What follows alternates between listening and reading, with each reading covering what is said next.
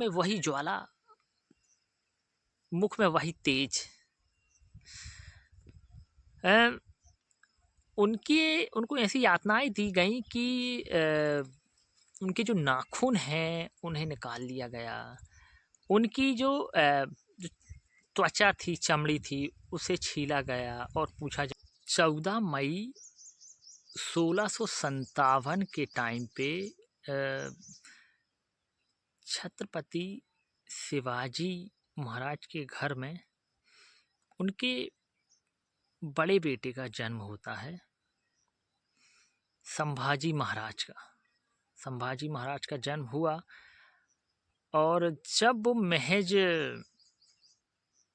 9 साल के थे तो उन्हें शिक्षा के लिए भेज दिया जाता है। 12 वर्ष के होते हैं, 13 भाषाओं का ज्ञान रखते हैं और युद्ध में भी महानतम हासिल किए हुए हैं। वो हैं छत्रपति संभाजी महाराज। 16 वर्ष की आयु में पहला युद्ध लड़ते हैं और उस युद्ध को जीतते भी हैं। अचानक से 1680 में छत्रपति शिवाजी महाराज का देहांत हो जाता है। यह देखकर जो मुगल हैं वो खुश हो जाते हैं कि भैया अब हम जो दक्कन है, दक्कन पे हम कब्जा कर लेंगे। लेकिन उन्हें ये ज्ञात नहीं होता कि उनके पीछे जो छत्रपति शिवाजी महाराज हैं, उनके पीछे संभाजी महाराज हैं और संभाजी महाराज के रहते हुए जो मुगल सल्तनत है वो आगे नहीं बढ़ सकती। मतलब पूरे भारतवर्ष में मुगलिया परचम नहीं फहराया जा सकता।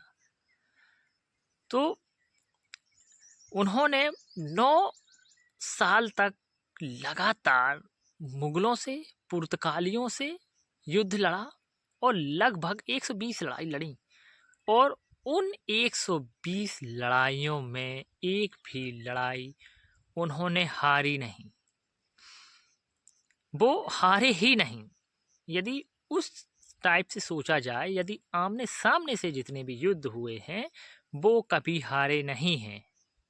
हाँ, जो रिश्तेदार थे उनके, उन्होंने उनको धोखा दिया और उन्हें धोखे से उस गुप्त जगह से पकड़वा दिया गया। क्योंकि जो औरंगजेब है वो परेशान हो गया था कि जो मराठा हैं उनसे युद्ध हम कैसे जीतें, हम उन्हें कैसे परास्त करें, उसकी समझ में कुछ भी नहीं आ रहा था। तो उसने साम दाम दंड भेद सब जब यूज कर लिया तो मतलब औरंगजेब ने धोखे से और संभाजी महाराज को बंदी बना लिया। संभाजी महाराज को जब बंदी बनाया गया, उनके साथ में उनके साथी जो थे, कवि कलश थे, उन्हें भी लाया गया। उनको जब लाया गया, ऊँटों से उल्टा लटका दिया गया। ऊँटों से उल्टा लटकाया और पूरी गली में चक्कर लगवाया। मतलब जो मूवी में दिखाया गया है उसका 50% दिखाया गया है, क्योंकि पूरा नहीं दिखा सकते थे उनको। मतलब जो यातनाएं दी, वो लाया गया और उनसे पूछा गया कि भैया तुम इस्लाम कबूल करो, हमारे साथ मिल जाओ, और जिसने तुम्हारा साथ दिया है, साथ देते हैं, उनका नाम बताओ, और जो भी हमसे लूटा हुआ धन है भैया वो बता दो। आप बता दोगे छोड़ दिया जाएगा, मारा नहीं जाएगा। तो जो संभाजी महाराज बोलते हैं कि औरंग तुम हमारे साथ मिल जाओ, तुमको धर्म परिवर्तन भी नहीं करना। लेकिन औरंग जो इतने सालों से, जब 9 सालों तक लगातार उसको घुमा घुमा कर मारा, तो वो खुन्नस खाया हुआ था भैया, खुन्नस खाया हुआ था। और इसी खुन्नस के चलते हुए उसने रोज आता, रोज टॉर्चर करता संभाजी महाराज को, कभी कलश को, दोनों को टॉर्चर करता और संभाजी महाराज से एक ही सवाल करता कि इस्लाम कबूल करो, इस्लाम कबूल करो। लेकिन संभाजी महाराज हैं जो कुछ नहीं कहते, उनके मन में ना एक भी डर नहीं, आंखों में वही ज्वाला, मुख में वही तेज। उनको ऐसी यातनाएं दी गई कि उनके जो नाखून हैं उन्हें निकाल लिया गया, उनकी जो त्वचा थी, चमड़ी थी, उसे छीला गया और पूछा जाता इस्लाम कबूल करो। उनकी जिह्वा काट दी गई, पूछा इस्लाम कबूल करो। उनकी इन आँखों को फोड़ दिया गया, सलाखें, गरम सलाखें डाल दी गई, बॉडी में नमक लगाया गया, पूछा इस्लाम कबूल करो। लगातार 40 दिन जब ये यातनाएं चली और उनसे सिर्फ एक ही सवाल बार बार पूछा जाता कि इस्लाम कबूल करो, इस्लाम कबूल करो। लेकिन संभाजी महाराज ने बोला, मुझे तुम मार दो, चाहे कितना भी टॉर्चर करो, कितनी भी यातनाएं दो, कुछ करो, लेकिन मैं अपना जो सनातन धर्म है, हिंदू धर्म है, उसे नहीं छोड़ूंगा, चाहे कुछ करो। 40 दिन की यातनाएं दी गई और 40वें दिन उनका गला काट दिया गया, उनके बॉडी के छोटे छोटे पार्ट किए गए।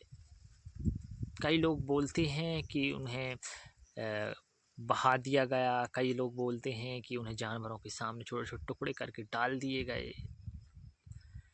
तो संभाजी महाराज ने अपना जो धर्म है, हिंदू धर्म है, उसको नहीं छोड़ा और लड़ते रहे। यहाँ पर देखा जाता है कि थोड़ा सा भी कट लग जाए, अपनी बॉडी में थोड़ा सा भी लग जाए तो भाई हम लोग तिलमिला उठते हैं। उनको तो हर रोज टॉर्चर किया गया, हर रोज थोड़ा थोड़ा काटा गया, उनके बाल लॉन्च लिए गया। पता नहीं उनके साथ कैसा, मतलब क्रूरता से व्यवहार किया गया। और सवाल उनसे पूछता रहा जो औरंगजेब है, क्रूर शासक, वो पूछता रहा कि इस्लाम कबूल करो। और जब आखिरी में जब मारा संभाजी महाराज को, तो औरंगजेब बोला, यदि मेरा एक भी पुत्र यदि संभाजी जैसा होता तो पूरे भारतवर्ष में नहीं, पूरी दुनिया में मुगलिया परचम लहराता।